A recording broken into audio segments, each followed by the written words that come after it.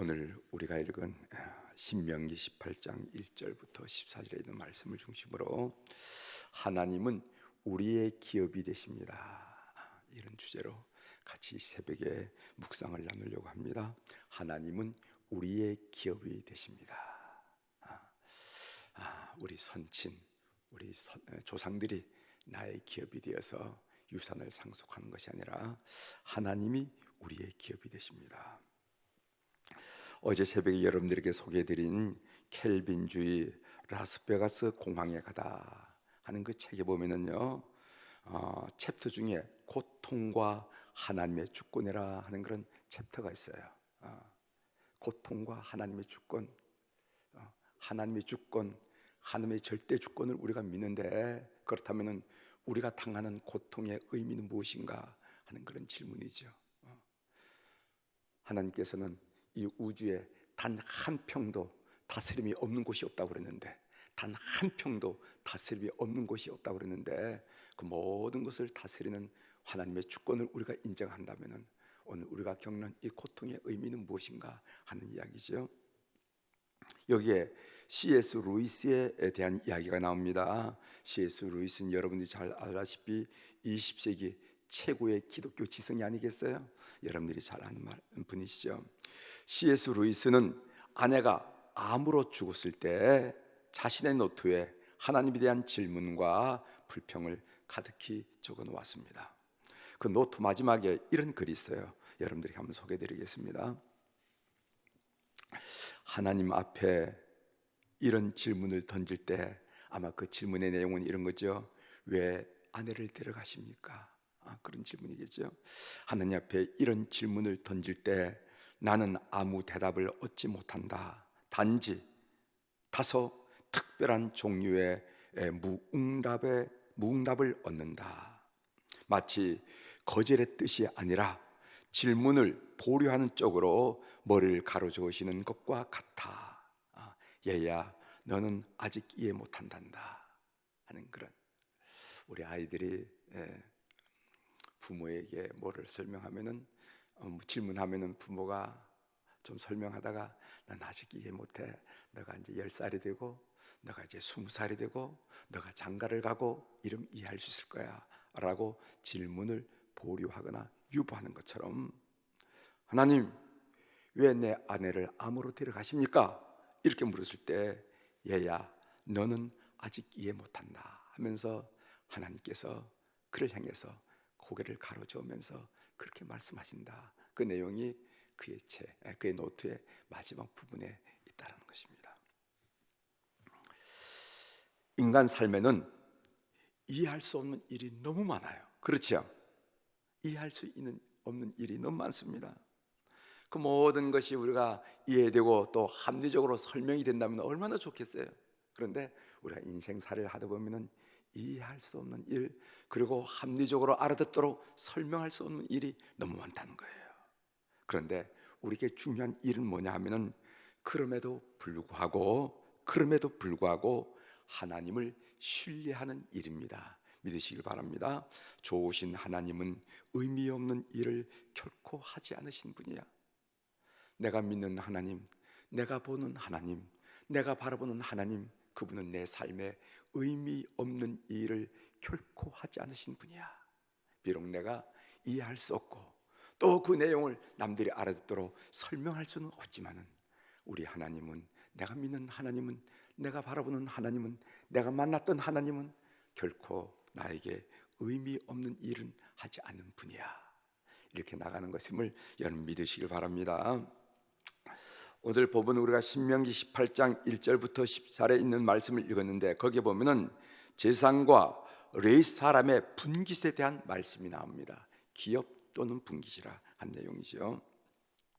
제사장과 레위 사람들, 제사장도 물론 레위 지파에서 나오죠. 레위 지파의 제사장과 레위 사람들에게는 분깃이 없습니다. 그 내용이 1절에 나옵니다. 그 부분을 하나하나 읽어 나가면서 같이 설명을 좀 드리도록 하겠습니다. 1절, 레위 사람 시작.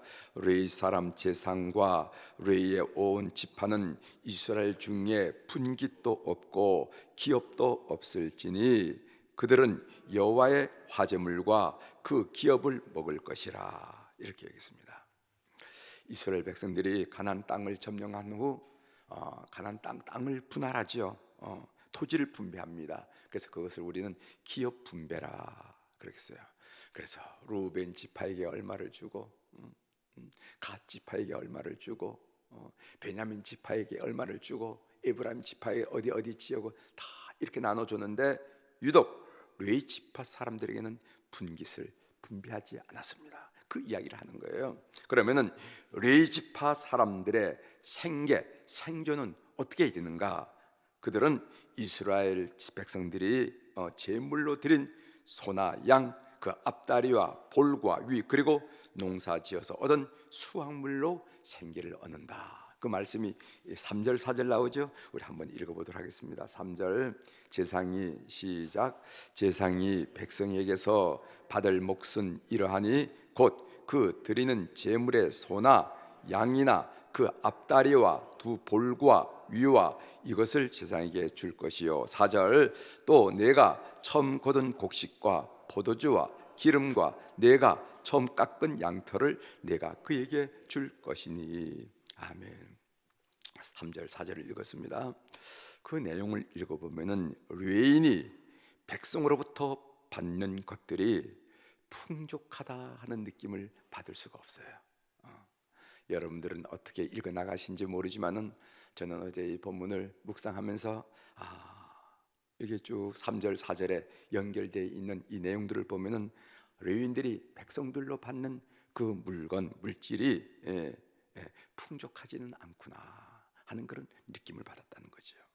거기에는 얼굴에 기름이 자르르 흐르고 복부에 기름이 끼어 비둔해진 엘리 제사장형의 사람은 발견할 수가 없더라 이 말이죠. 그래서 목회자는 청빈하다 하는 느낌을 주는 것이 좋구나 하는 것을, 그게 하나님이 원하시는 거구나 하는 것을 어제 본문을 읽으면서 제가 그렇게 묵상이 되더라고요. 레인과 제사장의 직무가 뭐냐? 그것은 하나님께 예배드리는 일에 집중하는 것입니다. 5절 한번 읽어보겠어요. 이는 시작. 이는 내 하나님 여호와께서 내 모든 지파 중에서 그를 택하여 내시고 그와 그의 자손에게 항상 여호와의 이름으로 서서 섬기게 하셨음이니라. 이 5절에 보면은 예배라는 것은 이것도 하고 저것도 할 수 있는 그런 것이 아니라 전념해야 될 그 무엇이구나 하는 것을 알 수가 있어요. 예배, 그것은 레위 지파 사람들이 뭐 농사도 짓고 이것도 하고 저것도 하고 그러다 시간 나면 하는 이런 종류가 아니라는 거예요. 이 예배는 정말 한 인격, 한 삶이 온전히 드려져야 할 그 무엇이라 하는 것을 성경이 우리들에게 나타내주고 있습니다.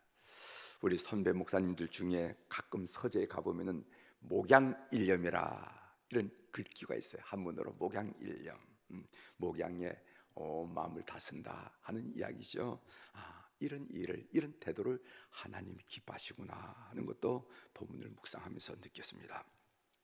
제가 본문을 읽으면서 특별히 주목한 말씀이 있어요. 주목한 말씀. 그 말씀은 무엇인가 하면은 2절 중반절에 있는 여호와께서 그들의 기업이 되심이니 라는 구절입니다. 우리가 늘 읽던 말씀이고 늘 아는 말씀이지만은 이 말씀의 의미가 무엇일까? 이 말씀은요, 제가 조금 전에 설명드렸지만은 레위 지파 사람들에게는 기업을 분배하지 않고 여호와께서 레위 지파의 기업이 되신다는 말씀이거든요. 여호와께서 그들의 기업이 되신다. 이 말씀은 무슨 뜻일까? 하나님께 드리는 다른 지파들의 11조와 제물이 그들의 생계를 책임지게 될 것이다 하는 그런 말일까? 아니면은 하나님의 그들의 삶을 보장하신다라는 뜻일까? 생명의 삶, 우리가 그 본문을, 생명의 삶이 제시하는 그 본문을 따라서 우리 아침마다 묵상하는데 그 생명의 삶에는 이렇게 해석했습니다. 여호와께서 그들의 기업이 되신다라는 말씀을 하나님께서 제사장이나 레위인들의 경제적인 필요를 특별한 방식으로 채워주신다, 그렇게 이해를 했더라고요. 하나님께서 제사장들이나 레위 지파 사람들의 경제적인 필요, 그 필요를 특별한 방식으로 채워주신다 하는 거예요. 한마디로 하나님께서 제사장과 레위인들의 필요를 공급하신다 하는 말씀이죠. 즉 하나님께서 영적으로 갈급하지 않도록 영적 양식을 공급해 주시고, 하나님께서 육적으로 배고프지 않도록 육적 양식을 공급해 준다라고 약속하시는 거예요. 사실 이 말씀에 믿음이 필요하지만은 이런 축복이 어디 있겠습니까? 여러분, 이게 우리가 믿음이 필요한 얘기지만은 우리가 이 사실을 믿기만 한다면은 인생 중에 이런 축복이 어디 있겠습니까? 너 저 땅떼기 가져가서 농사지어서 먹으라 라는 말보다도 하나님께서 너의 영적으로 갈급하지 않도록 영적인 것을 공급하고, 하나님께서 너가 배고프지 않도록 물적인 것을 공급한다, 내가 책임진다, 보장한다, 공급한다 라고 했을 때 여러분 어느 쪽으로 가겠습니까? 저는 오른쪽으로 갈 것 같아요. 오른쪽으로. 공중의 새를 먹이시고 들의 풀들을 아름답게 입히시듯이 하나님의 일을 감당하는 자들에게 모든 필요를 공급하실 것을 약속하셨다는 것입니다. 이런 관점에서 제가 선교사들을 한번 쭉 훑어봤어요. 그런데 선교사들 중에 교통사고로 죽은 분들도 계십니다. 오지를 가다가, 선교지를 가다가 이 차가 전복돼서 교통사고로 죽은 분들, 또 질병으로, 암으로, 질병으로 돌아가신 분들도 계세요. 또 험지에 가서 순교를 당한 분들도 계십니다. 저 아프리카에 가서, 아니면 저 아프가니스탄, 파키스탄에 가서 그 테러를 당해가지고 돌아가신 분도 계세요. 그런데 제가 아무리 소문을 본다 하더라도 굶어 죽었다는 분은 안 계세요. 그분 있잖니, 그 아무개 그분, 그 열심히 일하던 분인데 선교비가 떨어져서 굶어 죽었대. 그럴 수가 있냐 말이지. 전 이런 이야기는 한 번도 못 들어봤어요. 여러분, 이거 제가 이렇게 얘기하고 보니까 좀 이상하지 않습니까? 저는 이런 이야기를 들으면서, 말씀을 들으면서, 공중 나는 새를 먹이시고 들의 풀을 입히시는 하나님의 약속 때문에 하나님은 적어도 이렇게는 대우하지 않는구나 하는 그런 생각이 들더라고. 하나님이 저 하늘 나는 새를 봐라, 저 들판에 있는 꽃을 봐라, 누가 먹이고 누가 입히냐? 하나님이 하시지 않니? 그 하나님이 분명히 약속하셨는데 그 약속 때문에 적어도 주의 일을 받드는 사람들에게 굶어 죽이진 않는구나 하는 그런 생각이 듭니다.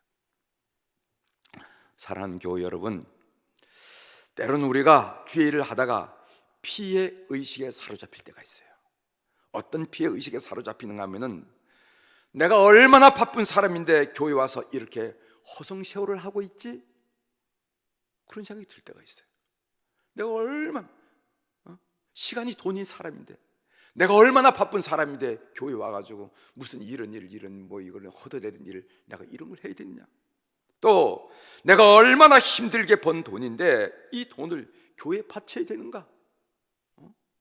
이게 무슨 공중에서 떨어진 돈이냐 말이지, 허공에서 떨어진 돈이냐 말이지, 피땀 묻은 돈인데 이걸 교회에다 바쳐야 되느냐? 그런 피의식. 또는 내가 어떤 사람인데 자존심 상하게 저런 사람들에게 아쉬운 소리를 하고 고개를 숙이고 허리를 굽혀야 돼? 이런 피해의식에 사로잡힐 때가 있어요.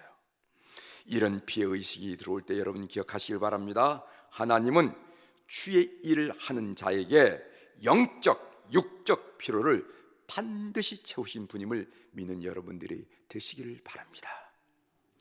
그런 생각이 내 가슴에 들어올 때, 내 마음에 들을 때 고개를 저으시면서, 아니지, 내가 믿는 하나님, 내가 바로 본 하나님은 내 영적 필요와 그리고 내 육적 필요를 넉넉히 채우신 분이지, 내가 사는 건 내 능력인가? 내가 사는 건 내 능력인가? 하나님의 공급하심이지. 다시 한번 확인하면서 하나님은 우리의 기업이 되신다 하는 것을 새롭게 새기는 오늘 이 아침이 되기를 주의 이름으로 축원합니다.